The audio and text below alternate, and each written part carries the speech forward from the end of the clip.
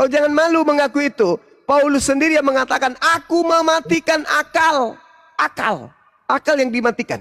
Bahkan pengetahuan Tuhan itu dimatikan oleh Paulus. Paham kau? Paham kau situ? Hah? Pengetahuan Tuhan saja itu dicabut oleh Paulus. Kau baca 2 Korintus 10 nomor 5. Pengetahuan Tuhan nih, Paulus cabut. Dan menaklukkan kemudian manusia kepada Kristus. Maksudnya, mendoktrin, mendogma manusia untuk percaya kepada Kristus Tuhannya Paulus. Pengetahuan Tuhan itu dihapuskan kemudian. Ketinggian pengetahuan Tuhan itu dipatahkan, dirubuhkan oleh Paulus. 2 Korintus 10 nomor 5. Oh, pantesan mereka tumpul ya Gurunda ya. Ya iya. Oh, iya. Tumpul kayak dengkul pantesan. Pantesan kamu tumpul Gabriel. Tuhan kitabmu sendiri mengatakan itu. Menerang-nerangkan Alkitab, menafsir-nafsir Alkitab dengan salah. Ya. Kau hadapi saya dengan ilmu. Coba kau hadapi saya dengan ilmu. Boleh enggak? Kau enggak ada. Boleh enggak kau hadapi saya dengan ilmu? Boleh enggak? Dasar basic ilmumu bukan teologi. Ya. Segala sesuatu di atas muka bumi ini basicnya itu akal dulu, akal. Bukan titel, akal. Titel atau akal? Untuk mengetahui orang itu pintar atau bodoh, yang kita pakai akalnya atau ijazahnya? Kutanya dulu kau. Tutup aja lah semua universitas itu kalau kayak gitu. Kutanya dulu samamu, kuulang lagi samamu. Untuk mengetahui orang itu pintar, lihat ijazah atau lihat akal? Pintar bukan begitu, tapi kenapa kau menerangkan Alkitab, menafsir Alkitab, menyimpulkan Alkitab? Sekarang begini. Apa basicmu? Apa dasarmu? Sekarang begini, kutanya samamu dulu. Kutanya samamu. Untuk mengetahui sesuatu itu pakai akal atau pakai ijazah? Pakai akal apa pakai ijazah? Keahlian itu. Udah, kau ke neraka sana. Udah, kau ke neraka. Malu kau. Kau ke neraka. Kau ke neraka sana. Kau cebok di sana. Sama pendetamu kau cebok sana. Kau jangan beralasan karena orang Islam lebih paham Bible. Kau datang lagi. Gimana caranya putar kepala ini supaya mereka down? Apa basicmu? Apa backgroundmu? Kau itu lulusan mana? Kampret. Lulusan mana lu? Markus itu lulusan apa Markus? Lukas itu lulusan apa? Paulus lulusan apa dia? Hah? Saya bertanya, emang disiplin ilmu apa yang dikuasai atau yang dipelajari ketika kita duduk di bangku kuliah S1, S2, S3, S4, S5, S tontong, S bingung? Teologi apa mata kuliah yang dipelajari di sekolah teologi itu? Apa yang dipelajari di sana?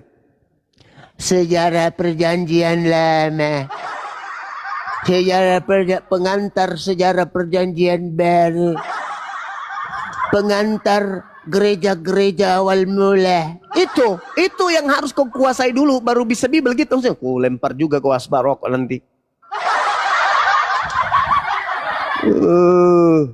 Kamu nggak ada ini, basicmu apa? Ya saya jurusan bahasa daerah, kau apa? Oh nggak bisa kau membahas, kenapa? Karena harus apa? Harus menguasai apa? Hah? Apakah saya harus menguasai ilmu tipu-tipu dulu? Saya harus, begitu saya lulus di sana saya harus pandai 1 tambah 1 tambah 1 sama dengan 1 gitu. Dasar kucluk. Kalian saling membodohi satu sama yang lain. Kalau sehat. Yang lain. Ya. Oke, silakan Pak. Ya, Iya. Izin guru-guru. Jadi saya berkali-kali saya bilang begini ya, slogan saya dari tahun lalu, mereka itu jangankan masuk surga, masuk akal saya tidak. Kenapa? Ketika kita masuk di budaya mereka, kita membahas budaya mereka, itu harus kehilangan akal sehat. Kenapa? Karena semua disiplin ini dilabrak. Tapi saya akan skip itu ya. Ini kan ada temanya iblis melawan salib ya. Saya akan bongkar-bongkar sedikit ya. Apa sih sebenarnya salib itu? Kan begitu ya. Sebenarnya saya sudah ceritakan ini di beberapa komal, tapi saya akan mulai ya. Saya akan mulai dari 2 judul buku yang dibawa, catat ya. Saya sudah lakukan kajian ini di beberapa komal ya. Yang dibawa catat judul bukunya. Yang pertama itu judul bukunya karangan Profesor Dr. Albert Pike. Judul bukunya itu Moral and Dogma. Yang kedua karya Rapodro, Dr. Rapodro, judulnya Babylon Mystery Religion. Kedua buku ini menampar seluruh pendeta seluruh dunia. Kedua buku ini menampar seluruh sejarawan Katolik. Kenapa? Kedua buku ini menyampaikan jelas bahwa siapa yang Kristen sembah. Oke ya. Oke, saya open cam dulu mungkin ya. Jadi begini kawan-kawan ya. Salib itu aslinya begini, bukan begini. Saya ulang, aslinya begini, bukan begini. Seseorang yang digantung di tiang kayu dalam budaya Yahudi itu namanya disalib. Kenapa Roma merubah begini menjadi begini? Ya, tentu ada sejarahnya. Sejarahnya ada kaitannya dengan Wahyu 22:16. Silakan dibaca di situ ya. Jadi menurut tradisi Yahudi, nilai satu paku itu adalah 6. Kenapa Roma membuat begini dan kenapa ada himne Lucifer dalam gereja Katolik?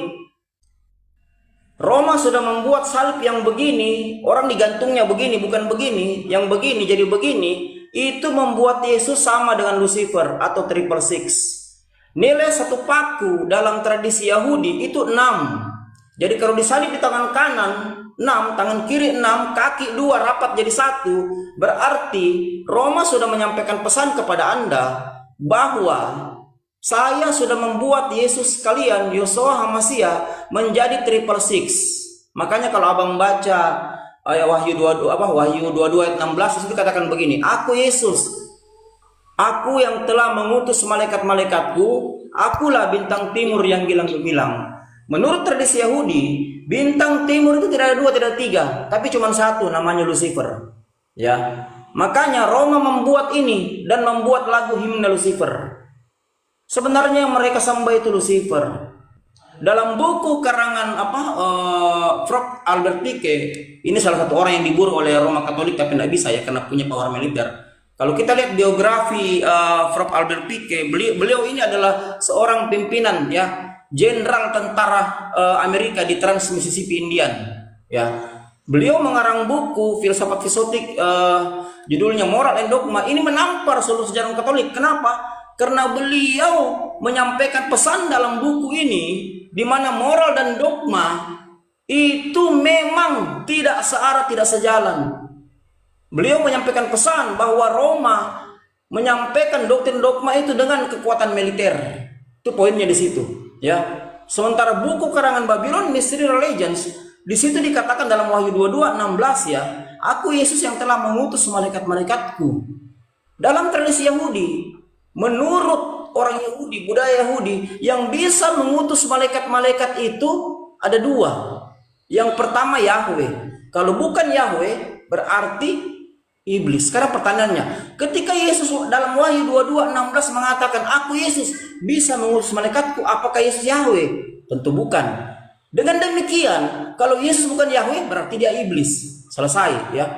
Babylon Mystery Religion. Jadi kawan-kawan, Roma sebenarnya sudah menyampaikan pesan siapa yang mereka sembah. Makanya ada himne Lucifer dalam gereja Katolik dan dinyanyikan tiap minggu di Vatikan. Bahkan kalau abang belajar sejarah pendirian gereja tulang manusia ya, dari hasil genosida di Ceko sana, Anda akan tahu sebenarnya siapa yang mereka sembah. Tapi tidak usah terlalu panjang ya, terlalu panjang itu biar sampai besok pagi tidak selesai dibahas. Jadi saya kembali kawan-kawan ya, bahwa sebenarnya Roma sudah menyampaikan pesan, saya sudah membuat Tuhan kalian itu seperti Lucifer, Yesus kalian seperti Lucifer. Hanya tidak dimengerti oleh mereka. Seandainya saja mereka mengerti, maka mereka akan meninggalkan Kristen. Kenapa? Kristen ini adalah desain dari Roma untuk membentuk satu ya sekte yang menyembah Lucifer. Saya berani katakan begitu karena ada dasar dari itu, ada bukti untuk itu. Sekali lagi, dalam tradisi Yahudi bintang timur tidak 2, tidak 3.